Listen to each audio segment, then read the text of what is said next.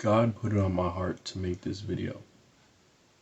I've been thinking about it for the past couple of days, and I truly believe that this video is my most important one to date. The title of this video is My Friend Ryan, but that's misleading because the video is actually about suicide. But I didn't want that to be the name of the video because my family watches these videos, and that would make for a pretty interesting discussion at Thanksgiving. So earlier this week in my health class, we were talking about suicide and going through fictional scenarios and whether we thought the person in the scenario was thinking about committing suicide. And we got to the fourth scenario about this kid named Ryan. 17 years old, good student, athlete, well liked, bright future ahead of him, seemed to have it all. As soon as I read the description, I could feel my face drain because I knew he was just like me. And because he was just like me, I knew it was about to happen. People were saying, oh, there's nothing wrong with him. He's so lucky. He's got such a great life. Things that I've said about myself. But I knew that there was more to the story.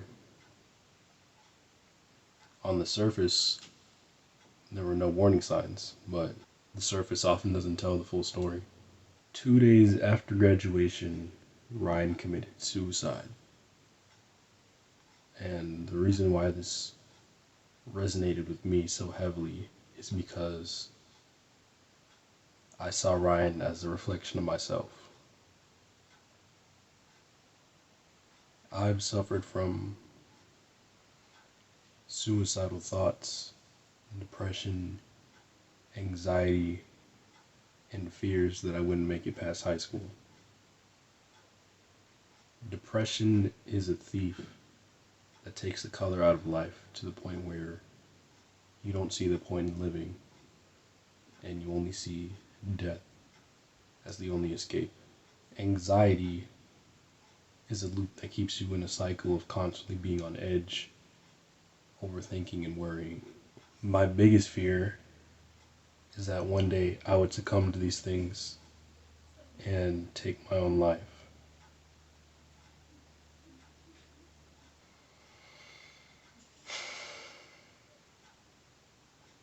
I've never talked about these things. I've never talked about these things even to the people closest to me because I didn't want to feel like I was putting a burden on other people, so I chose to suffer in silence. I never would have told anyone about my struggles, but Ryan also made me realize that there might not be any warning signs, and you never really know just how much a person could be suffering, no matter how well you think you know them. 2 periods after my health class that same day, I was staring at my paper, still thinking about health class, my mind wandering, and someone at my table pointed it out. And I told him it was because we were talking about suicide and health. Then another person at my table asked me if a relative of mine had committed suicide or if I was personally affected myself. I said me. Then another person asked if it was recent. I said how recent. They asked me this year. I said yeah, earlier this year. And they all started crying. I couldn't believe it. I never would have thought that telling someone that I had had suicidal thoughts would cause a reaction like that. I get that it's a heavy thing to talk about, but I didn't think my life had that much value to other people, which is a crazy thing to say out loud, but that's what I thought. But just like Ryan, the people around me never would have guessed what I was going through because I hid it so well. I have a few favors to ask. Number one, check on not only your friends and your family, but even the people around you that you may not know that well. There's this girl in one of my classes.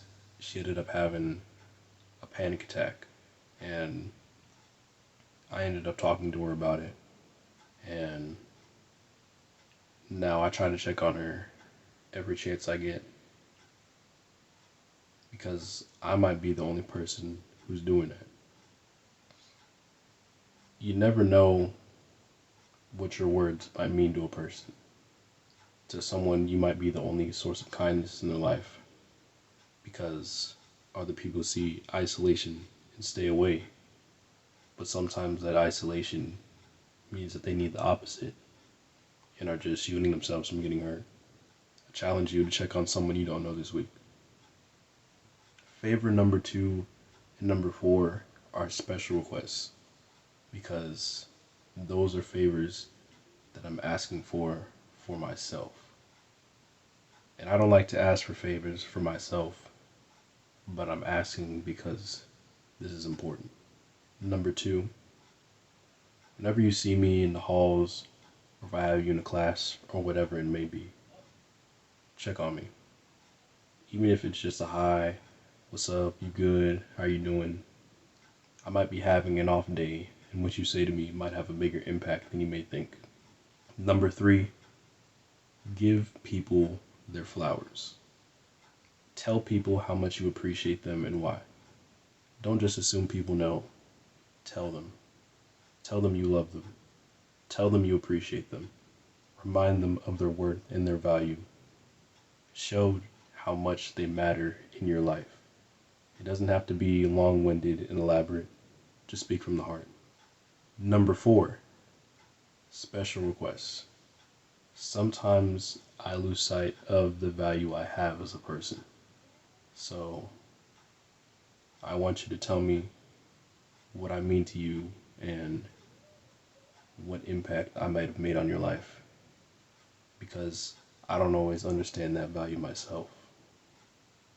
I'm not asking to be showered with attention and praise.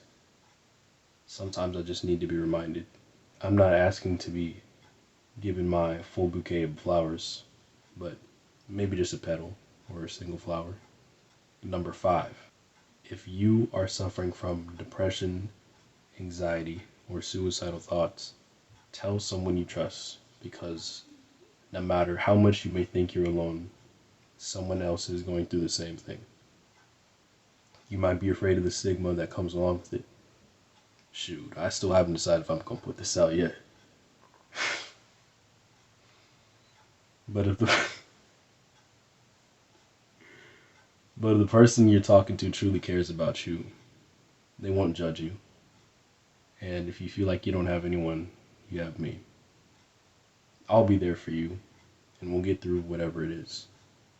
But most importantly, God is always there for you.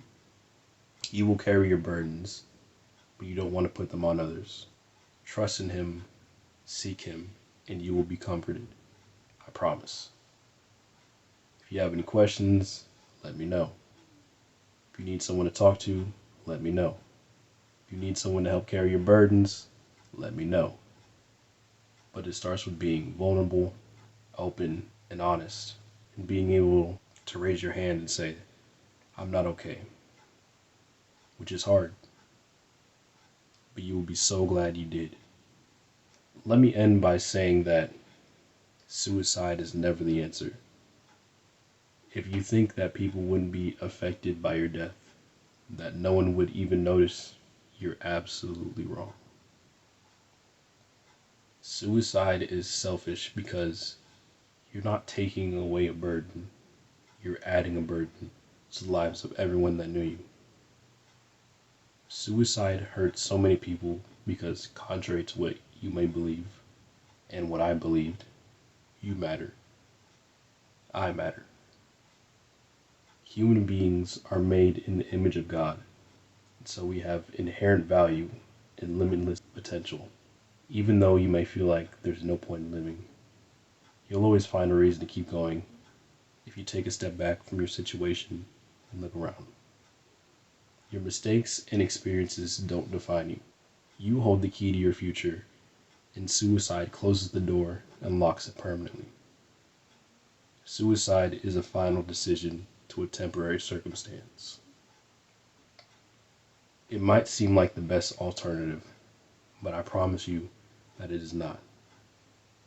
Check on your friends, check on me, give people their flowers, pass me a pedal, talk to someone you trust if you're struggling, and call 988 if you're thinking about committing suicide.